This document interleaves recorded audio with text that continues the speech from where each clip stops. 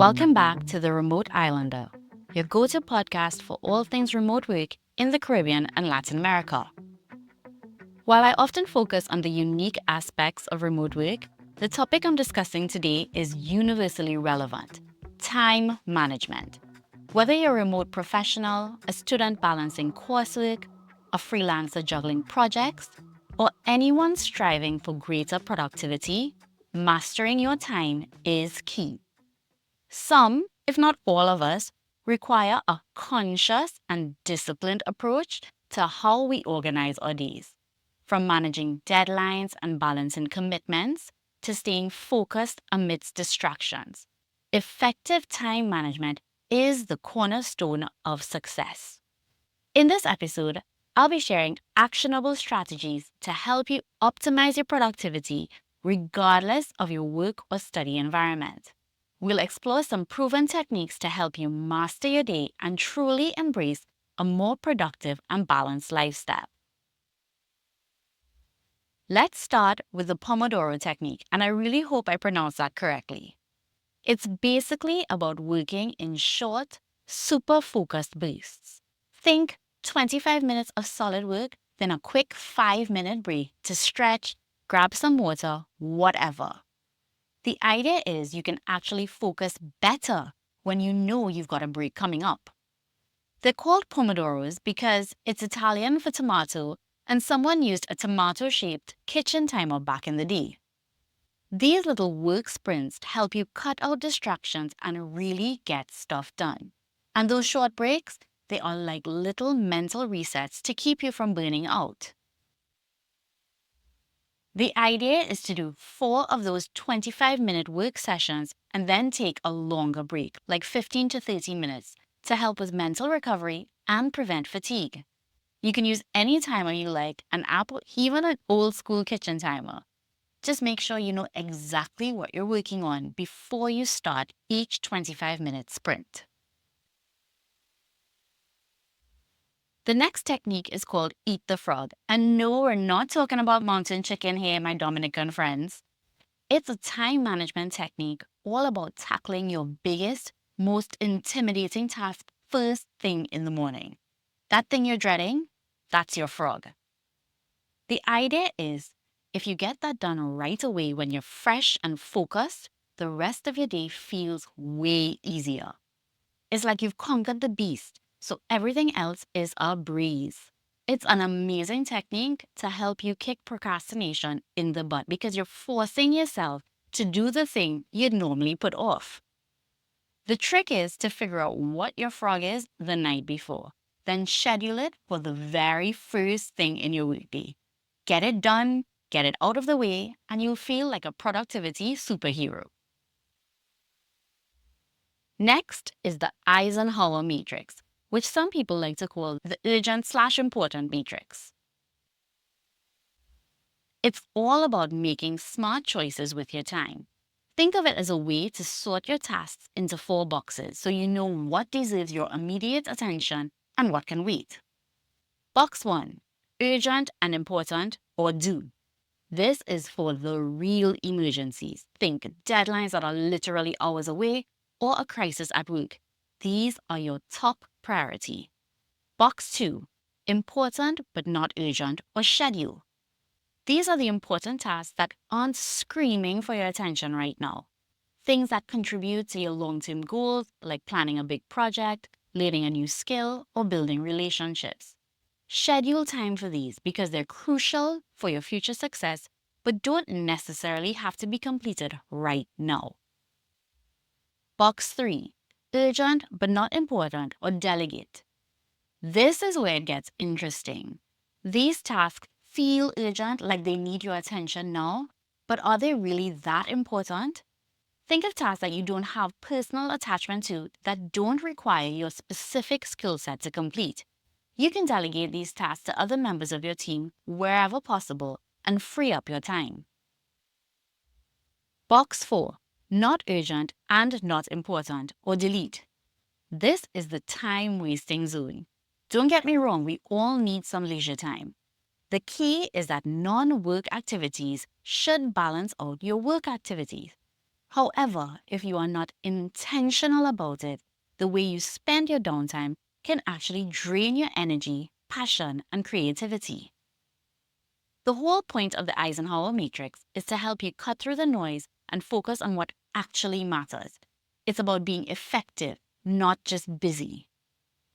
To make it stick, visualize those four boxes, draw them out, use a template, whatever works for you, and sort your tasks into them every day. It's a simple way to stay focused and get the right things done. Another amazing trick is called time blocking with intent, which is about transforming your calendar into a structured roadmap for your workday. Instead of simply listing tasks, this technique assigns dedicated time slots. You're actually scheduling when you're going to do each thing. Think of it like booking appointments with yourself. You're not just saying write report. You're saying 9 a.m. to 11 a.m. write report. And you treat that time slot like it's a meeting with your boss. Don't skip it.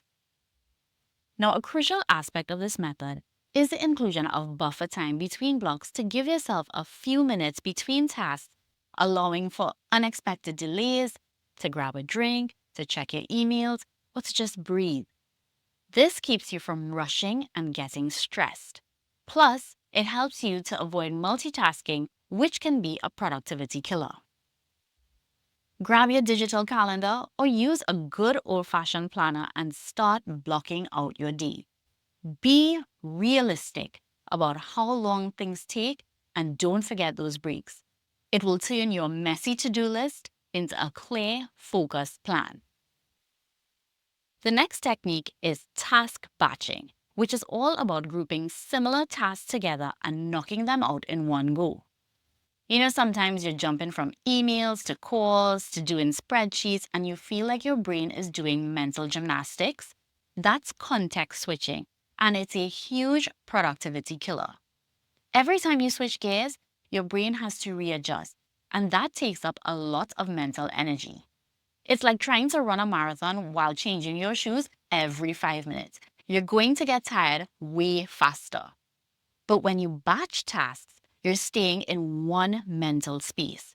You're giving your brain a chance to get into a flow state where you're super focused and efficient. Imagine you're doing all your writing at once, all your research, all your phone calls. You get into a rhythm and things just start to click. So instead of scattering similar tasks throughout your day, dedicate blocks of time for them. Schedule it in your calendar and treat it like an appointment with yourself. This way, you're minimizing distractions, maximizing focus, and getting way more done without feeling like your brain is about to explode.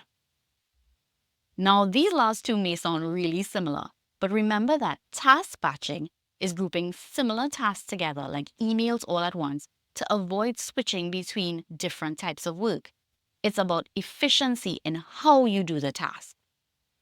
While time blocking with intent is about scheduling specific times for specific tasks with a clear goal for each time block. It's about efficiency in when you do the task and why. Another really great technique is the 2-minute rule, and it is super simple. If something pops up that you know you can do in 2 minutes or less, just do it right then and there. Don't put it off. Think about it. Those little things, like replying to a quick email or making a short phone call, they might seem tiny, but they add up. They clutter your brain and make you feel overwhelmed. It's like those little crumbs on your counter. You ignore them, and suddenly you've got a mess. By just knocking those things out right away, you clear up mental space and keep your momentum going. It's like you're keeping your mental counter clean. So the next time something comes up that you know you can handle in a couple of minutes, don't think about it. Just do it. It'll keep those little tasks from snowballing into a huge distraction, and you'll feel way more in control. The next technique is called Parkinson's Law, which says work expands so as to fill the time available for its completion. What does that mean, right? It basically means that work stretches to fill whatever time you give it. Think about it like this. If you give yourself a whole week to write a report, you'll probably spend the whole week on it, even if you could have done it in a few days. Your brain sees that empty time and thinks, we have real time, we could relax. But if you give yourself a tighter deadline, like 2 days, you'll probably get it done in 2 days. You'll focus and you'll get it done. So the trick is to be realistic about how long things actually take and set shorter deadlines. It helps you avoid those time wasting moments where you're just dragging your feet. And here's a great tip. When you're scheduling tasks, set realistic deadlines and actively track the time spent on each activity. It'll help you become more aware of how long tasks truly take and encourages you to work within defined timeframes, preventing unnecessary time wastage. You'll be surprised how much time you can save. So we've covered a lot of different techniques, right? But here's the thing. You're not going to nail this time management thing overnight. That's where regular review and reflection comes in. Basically, you need to step back and see what's actually working for you. Maybe you're rocking the Pomodoro technique, but you're still getting lost in email. Or maybe you're great at eating the frog, but you're still letting 2-minute tasks pile up. So take some time to look back at your week. Did you stick to your time blocks? Did the Eisenhower matrix actually help? Maybe you need to adjust your Pomodoro lengths, or you discover that batching certain tasks really works for you. Schedule a weekly or monthly review in your calendar. During this time, reflect on your productivity honestly. Identify areas for improvement and adjust your strategies accordingly. This ongoing process helps you refine your approach, ensuring that your time management techniques are constantly evolving to meet your needs and keep you productive.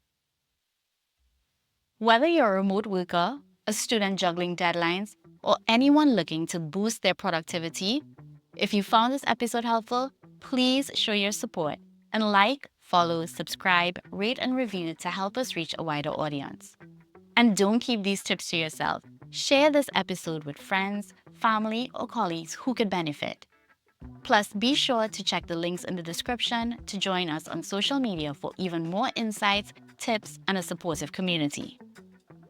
Thank you for listening to this episode of The Remote Islander. If you're considering remote work, remember that it's never too late to take control of your career and pursue your dreams. Happy remote working. Bye.